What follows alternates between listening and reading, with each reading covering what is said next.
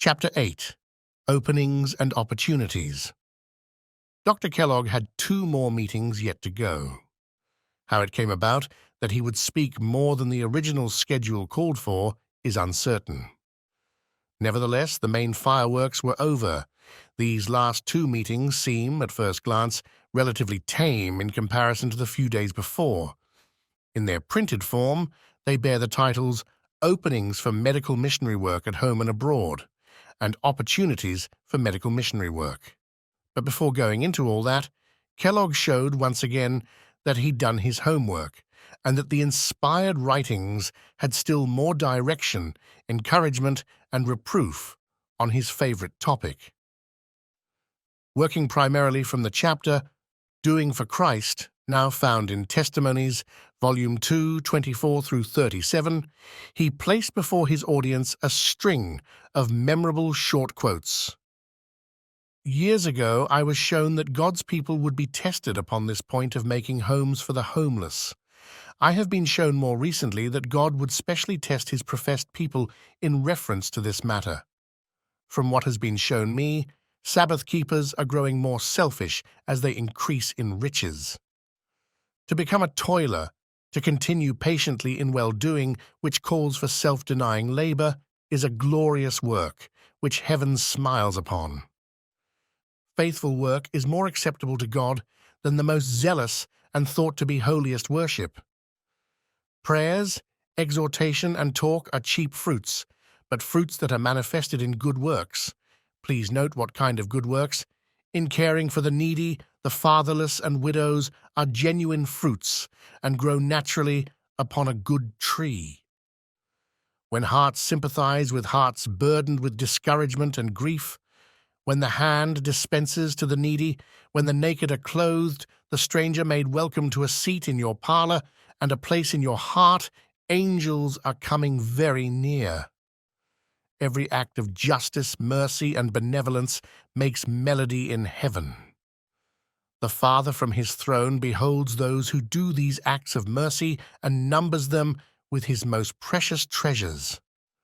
Fatherless and motherless children are thrown into the arms of the church, and Christ says to his followers, "Take these destitute children, bring them up for me, and ye shall receive your wages." This is the special work now before us.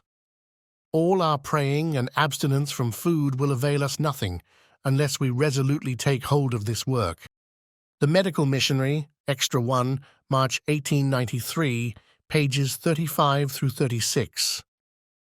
Perhaps this is enough of a sample, though Kellogg included many more, and even that didn't exhaust the chapter. By this time, though, the doctor was ready to move on to show what actually could be done.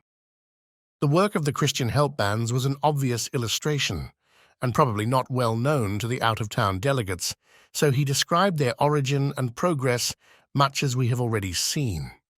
Perhaps to reinforce the message that this was a work almost anyone could do, Kellogg had with him that day some of the band leaders who each shared briefly about their work. First to speak, appropriately, was the leader of Band Number 1, A.W. Semmons, the Australian nursing student whom we met once already. Since he and his group were the pioneers of the project, he was in a good position to answer that common question, how do you get started? The Lord had been moving upon our hearts to go out into the city to see if we could not help some of those who could not help themselves.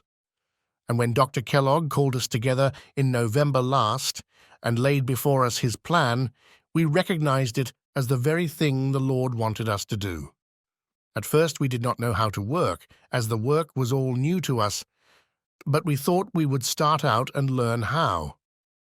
So we divided the city up into districts, and we each took a district. We then went out inquiring where we could find a sick or suffering needy individual, and we soon had work enough to keep us going all the time. We found sick and suffering poor on every side. As our time was limited, we could not stay with them, but we could tell those who were well how to take care of the sick and could supply the needy with food and clothing. In about 3 weeks, we had 40 families to look after, and our work soon increased so that we found we must have more bands. The Medical Missionary, Extra 1, March 1893, pages 37 through 38. Mrs. S.M. Baker reported that the members of Christian Help Band No. 6 have given relief to 9 different families in the city, representing 23 persons in all. To some of these families, our relief has been but very little, sending baskets of food or giving a little treatment in case of temporary need, perhaps sometimes only a visit of sympathy, where that was all that was needed. At other visits, we have taken reading matter, which has been gratefully received. The Medical Missionary, Extra 1, March 1893, pages 38 through 39. The next to speak was Mrs. M.S. Foy, who, like Mrs. Baker, eventually went into this type of work on a full-time basis. She told a story of circumstances which might have ended much differently had not someone been there to take an interest. The first case that I was called to was that of a woman who was very ill with typhoid fever. The physicians had given her up. She lived over one of the stores on Redacted Street. When I called there were 10 in a little room about 10 by 12. 3 or 4 men were smoking, and the daughters were greatly alarmed. They feared their mother would not live through the night. A physician was called in, and we told him what we were doing and asked him if he would be willing that we should give the patient some treatment. He said he would be very glad to have us do so, that he thought she would not live, but that anything that we could do to make her more comfortable would be acceptable. We sent her a nurse who attended her about 5 nights, and during this time the nurse showed the daughters how to treat and care for their mother so as to tide her over the fever. We visited her at the end of that time and found her doing well and very grateful for the help given her just at the time of need, and her daughters have always welcomed me very warmly. The Medical Missionary, Extra 1, March 1893, page 39. The final voice in that meeting was Mr. G.B. Replogle, the leader of a band who for the last few months had been visiting about 26 families. He seemed to be speaking for the whole group when he gave his assessment of the program. During my past 2 years' experience in nursing at the sanitarium, I have had no work the results of which I was so well satisfied with as with this volunteer work that we are doing here in this city. The Medical Missionary, Extra 1, March 1893, page 40. Dr. Kellogg had one last meeting in which to make his case, though he apparently didn't know that in advance. Preparing on short notice, he probably thought back over what he had already said. He had cited authority line upon line. Nothing much to be gained by more of that approach. Maybe the salesman in him knew that he needed to close on something a little more upbeat. What to do? How to spread his vision of medical missionary work before the delegates? The answer, of course, was tell stories. Kids of all ages love stories, and Kellogg was good at it. He knew how things work. If you want their attention, switch to a narrative. He began with the story of the visiting nurses program. Last year, I received a letter from a wealthy banker in Chicago who had become acquainted with our work here at the sanitarium through his daughter's visit here as a patient. The daughter, an only child, afterward died in Chicago from a surgical operation. On her dying bed, she requested her father to promise to support a sanitarium nurse to do medical missionary work among the poor of Chicago. Her father wrote to me saying, "We must have one of your nurses." We had none to spare at that time, but he kept writing, telling me of the circumstance I have related. Finally, his wife wrote me to the same effect.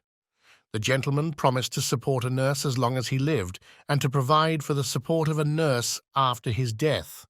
Then I said, "This certainly means that the Lord is opening the way for us." So I selected one of our best nurses, Sister Emily Schranz, went down to Chicago, and got her started there. I said to the gentleman, "We do not wish to interfere with any good work that anyone else is doing. We want to do something that no one else is doing." so a place was selected for the nurse in one of the worst parts of Chicago, in the vicinity of the stockyards. She went to work there. When she had gained some experience, she was sent down into the more central and a still worse part of the city, and now for several months she has been working in the very heart of the wickedness of Chicago, where no other nurse has ever dared to go before, where there is no provision for the sick poor, no hospital, no dispensary. There are dispensaries in other parts of Chicago, but in this part of the city, no one has ever had the courage to start a dispensary, that is, a place in which medicines are dispensed to the poor and medical advice is given. There are now 2 nurses there at work. The second nurse, who goes down to help Sister Schranz, is a volunteer nurse. Her expenses down and back are paid by our nurses at the sanitarium. This is a part of the same volunteer missionary work that you heard about yesterday. The volunteer nurse gives a month's time to the work. It is the hardest kind of physical labor, disagreeable enough and dangerous too, but she does not ask for any pay. The nurses do not take any pay because they want the work to be their own work for the Lord. To show you what sort of place these nurses are at work in, I may state that 3 or 4 weeks ago we undertook to find rooms where the nurses could live nearer their work. A thorough search was made, but there could not be found a single respectable house in the whole district. The streets there are thronged with the most wicked characters. Go into one of the houses and you find a regular pandemonium.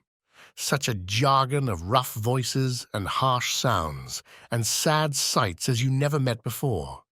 Sister Schranz once told me, "The first thing I hear when I go into some houses is the noise of a great fight upstairs.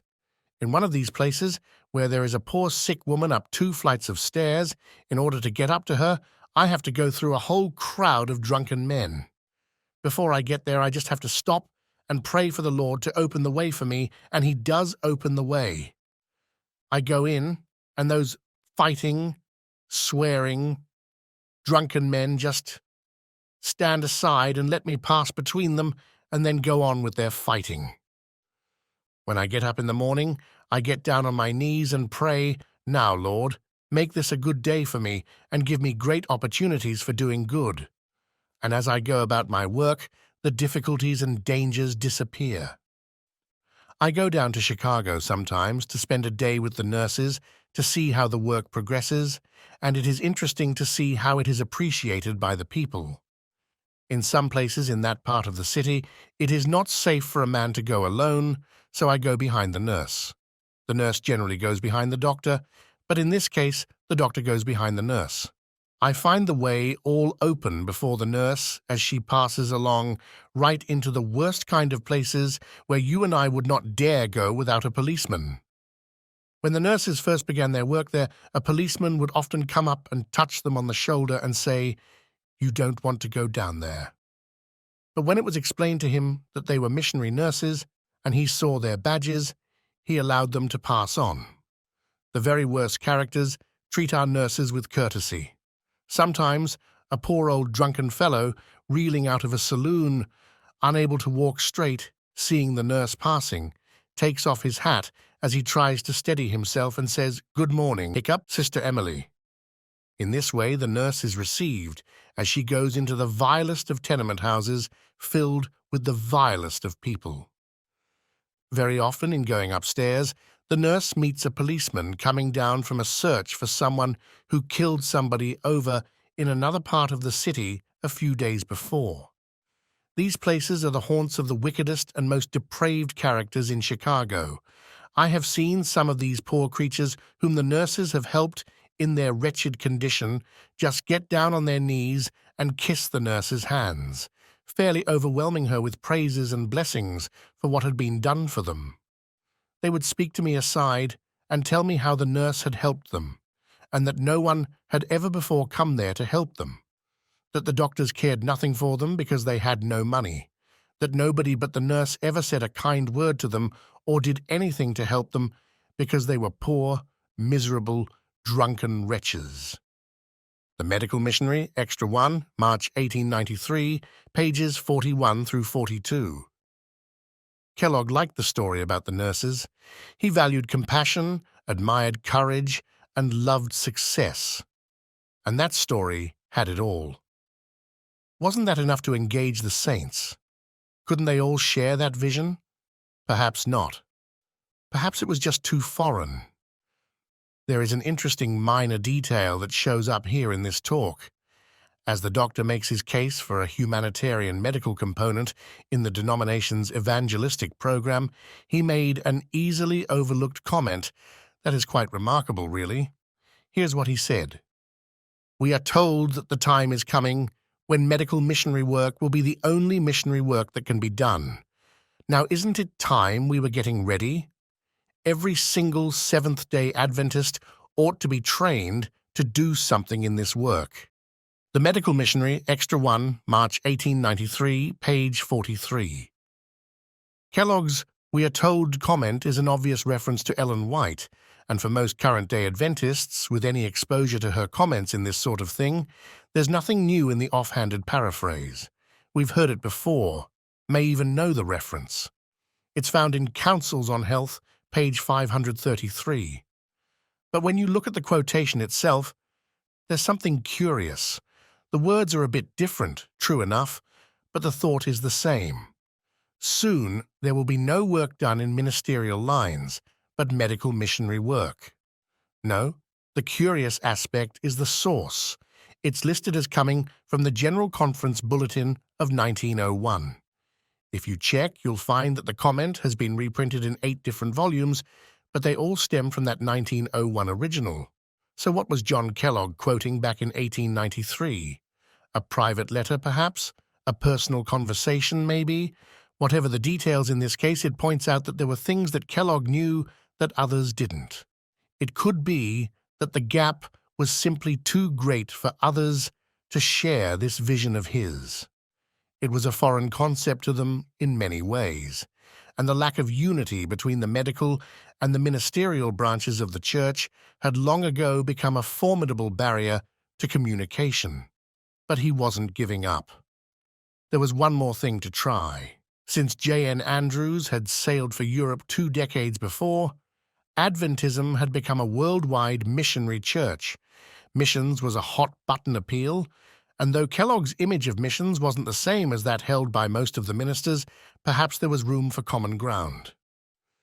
He began by describing the spiritual need in Chicago, then amplified it by reminding his hearers that Chicago contains a population equal to 1/2 that of the whole state of Michigan.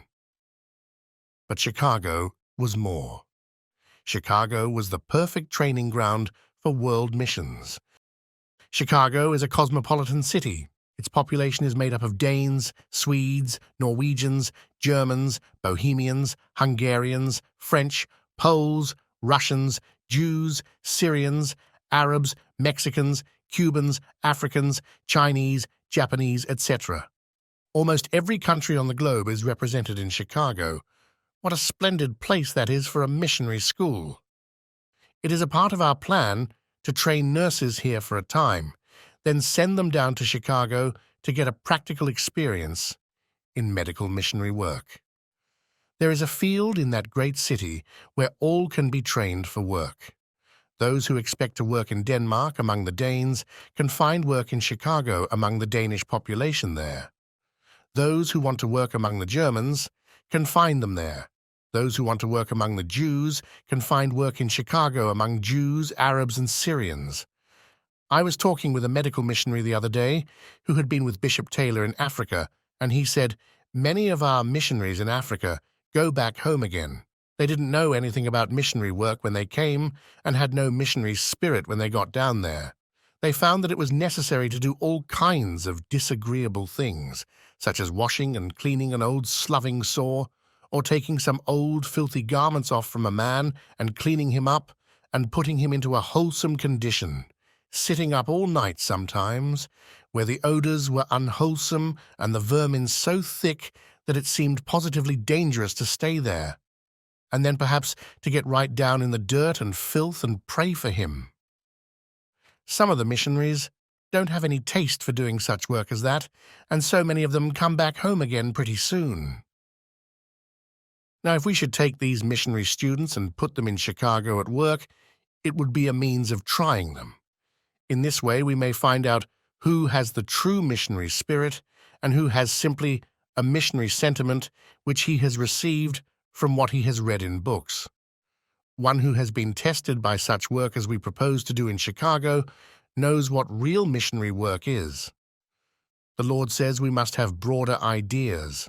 What we want in Chicago, we want in New York, in Brooklyn, in Albany, in Buffalo, Pittsburgh, Philadelphia, Cincinnati, Cleveland, Columbus, Kansas City, Omaha, St. Louis, New Orleans, San Francisco, Atlanta, Nashville, Detroit, and 100 other large cities and 1,000 smaller cities.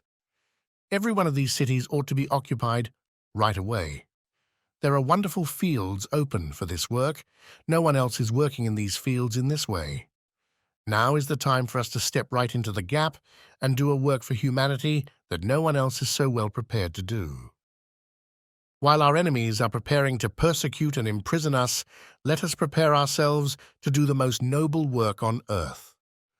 When our enemies come to seize us, let them find us at the side of the sick and suffering. Let them find us feeding the hungry and clothing the naked. The honest in heart will then see that we are true Christians and not fanatics, and that we are really persecuted. This is an argument which everybody can understand. There must be preaching, of course, and tract distributing, but our works will preach louder than preaching, louder than we can preach in any other way. Now, brethren, if you want the whole Seventh-day Adventist denomination trained to be medical missionaries within the next 2 years, you can have it done. Think of what the influence would be upon your neighbors if you should begin that kind of work. You can see what a wonderfully large and practical work there is to be done. And this is just as much a part of the third angel's message as is the warning against the beast and his image and the mark of the beast. I hope these ministers and delegates will interest themselves in hunting up the right kind of persons to enter this work. The Medical Missionary, Extra 1, March 1893, pages 45 through 57. And there you have it. That's what thinking outside the Adventist ministerial box looked like in 1893. But you couldn't find it in the General Conference Bulletin. Perhaps it was the doctor's idiosyncrasies and excesses that erected barriers between him and the ministry. That last idea, for instance, how much sense would it make to try and train the whole church as medical missionaries? Doesn't the division of labor apply here?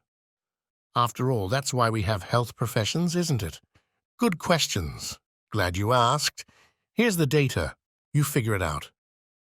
Let our ministers, who have gained an experience in preaching the word, learn how to give simple treatments and then labor intelligently as medical missionary evangelists. Testimonies, Volume 9, page 172. All gospel workers should know how to give the simple treatments that do so much to relieve pain and remove disease. Counsels on Health, page 389.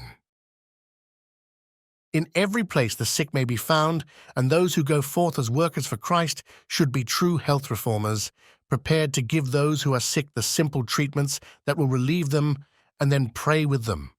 Thus, they will open the door for the entrance of the truth. Medical Ministry, page 320. As the canvasser goes from place to place, he will find many who are sick. He should have a practical knowledge of the causes of disease and should understand how to give simple treatments that he may relieve the suffering ones. Counsels on Health, page 463.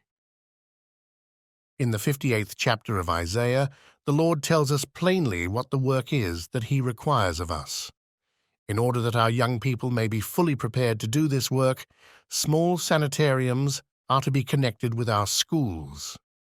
The students are to be taught how to use nature's simple remedies in the treatment of disease. Review and Herald, September 9th, 1902. God's people are to be genuine medical missionaries. They are to learn to minister to the needs of soul and body. They should know how to give the simple treatments that do so much to relieve pain and remove disease. Welfare Ministry, page 127. People sometimes see Ellen White's comment that soon there will be no work done in ministerial lines, but medical missionary work, from General Conference Bulletin 1901, page 204, as an indication of things slowing down. It looks more likely that the statement actually describes the first time things really get going right.